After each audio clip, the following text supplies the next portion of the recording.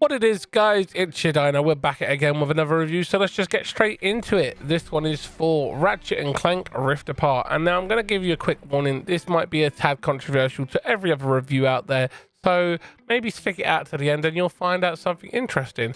As always, I'll say this, guys, thank you for watching, thank you for checking out the video. If you like the content, hit the like button. If you don't like it, hit the dislike button, share it on social medias, subscribe and ring the notification bell be notified when I make a new video.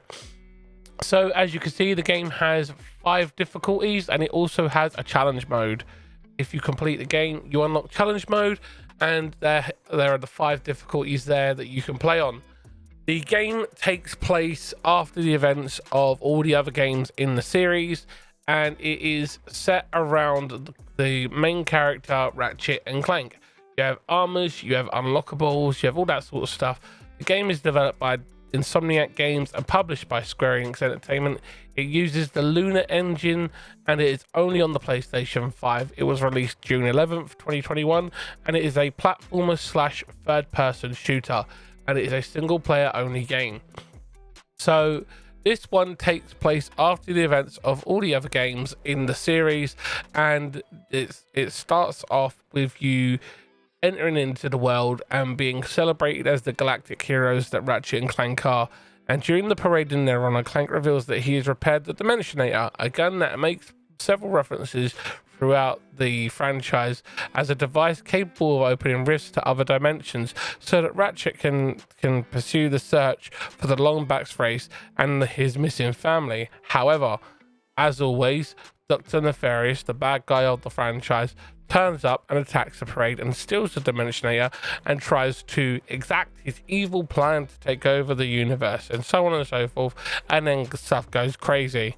So the dimension activates and causes dimensional rifts to begin opening randomly, and it throws Ratchet, Clank and Dr. Nefarious through different dimensions, and they end up in an alternate universe where the dimension explodes and damages the fabric of space and time and separates the 3 of them, where Ratchet is left on his own for a while, and Clank is found by a female Lombax by the name of Rivet, voiced by Jennifer Hale.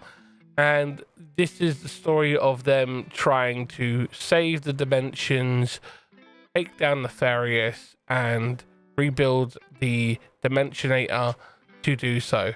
It is no spoilers, I'm not telling you how it ends or anything like that, but that is the premise of the starting of the game.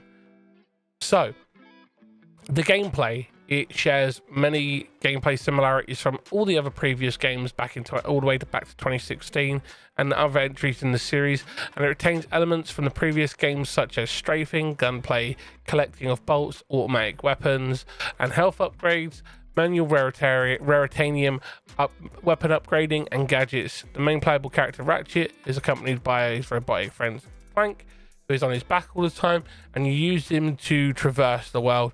They've added some new elements to it, like the Rift Tether and stuff like that. They've added some new gadgets and stuff like that you'll use, and it does add a cool element of gameplay to the entire series. They have added a couple of accessibility options, which is high contrast mode, which toggles for simplified traversal, camera sensitivity, flight assistance, and so on and so forth, like that, or making the game available to people with disabilities and stuff like that to add that level of accessibility, which is great.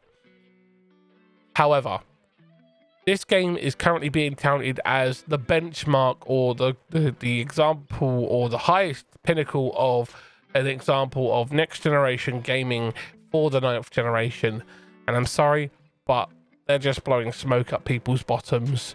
It is not. It is a good game, don't get me wrong. I had lots of fun playing it. It is a laugh and a hoot when it comes to playing it, but it isn't a next generation game.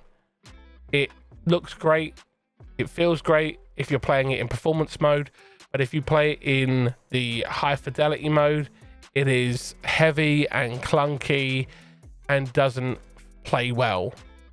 So my opinion is, whilst it's a great example of the technology that we now have in the 9th generation, it isn't able to utilize everything that the 9th generation has to offer yet, because the developers obviously haven't had enough time to get to grips with the new stuff that they can do with it. And there are some features that aren't even out yet, because AMD have only just recently said that they're bringing in their version of DLSS, which is even able to take advantage of DLSS to leverage higher frame rates and better quality of visuals. And I think that we will probably see a better example of what we would expect to see as next generation gameplay in games like Horizon Zero Dawn 2 and God of War Ragnarok for the PlayStation 5. For the Xbox, I'm thinking games that will leverage that quality of visuals and gameplay is stuff like Forza Horizon 5 and the new Halo Infinite. They will all be reviewed on the channel when they do release, because I'm very much looking forward to them. So make sure you ring the notification bell to check it out. I'll more than likely stream them as well. So if you don't follow the Twitch, you can always find that in the description below. And in the summation of the game, great gameplay, great upgrade mechanics, great traversal mechanics. The gameplay is fun. The new introductions of a new character, the different style that they've taken with the story, and the fact that they've added more depth to it is really great. And I do like the personality that they've created for new characters, and the way that the whole story plays out is great. I have got this game 100%ed on its in-game stuff, but I haven't got it maxed out for trophies. It is, however, a very easy game to get all the trophies for. It's just a time-consuming thing of going through, finding all the different items, finding all the different collectibles, and upgrading all your stuff. And that's basically it. There isn't a difficulty achievement. You don't have to worry about that. 90% of it is attainable in your first playthrough, unless you're going to sit there and grind out everything so you can do it all in one playthrough. It is definitely worth a play. I have played through it on stream on the normal difficulty, but I did also play it through on the hardest difficulty and on challenge mode.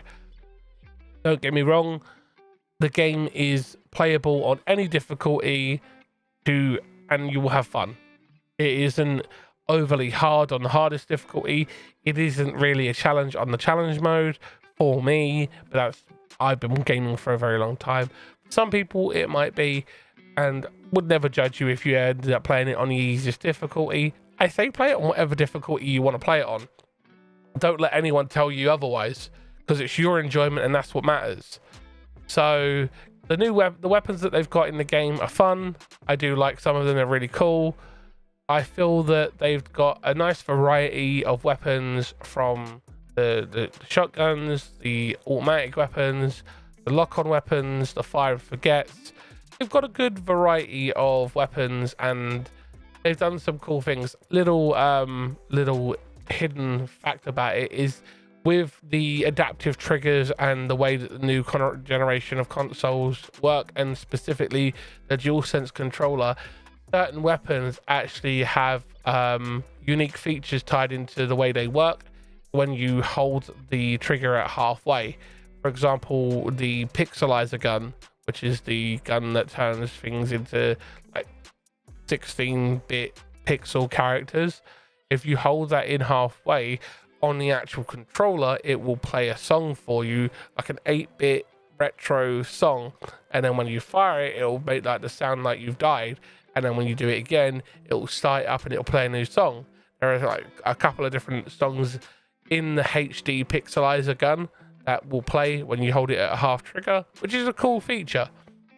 It's something small and interesting that they've done with their HD next generation of controller feature with the DualSense, and I do think that is something to reference. They've done something cool with that.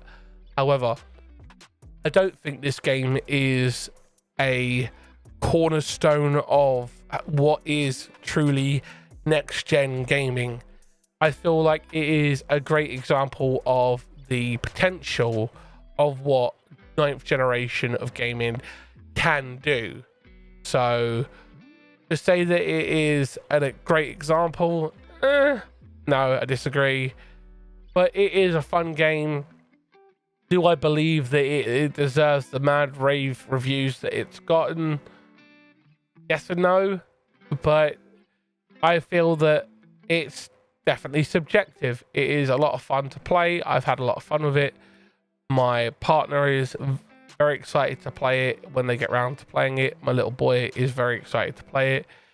And it is a game for all different ages and all different skill levels. It is just harmless fun, and it is something to just make sure that people are aware of. It is just plain fun. It's not trying to be this truly challenging game. It's just good, all-round wholesome fun to play, and they've hit that mark well and truly.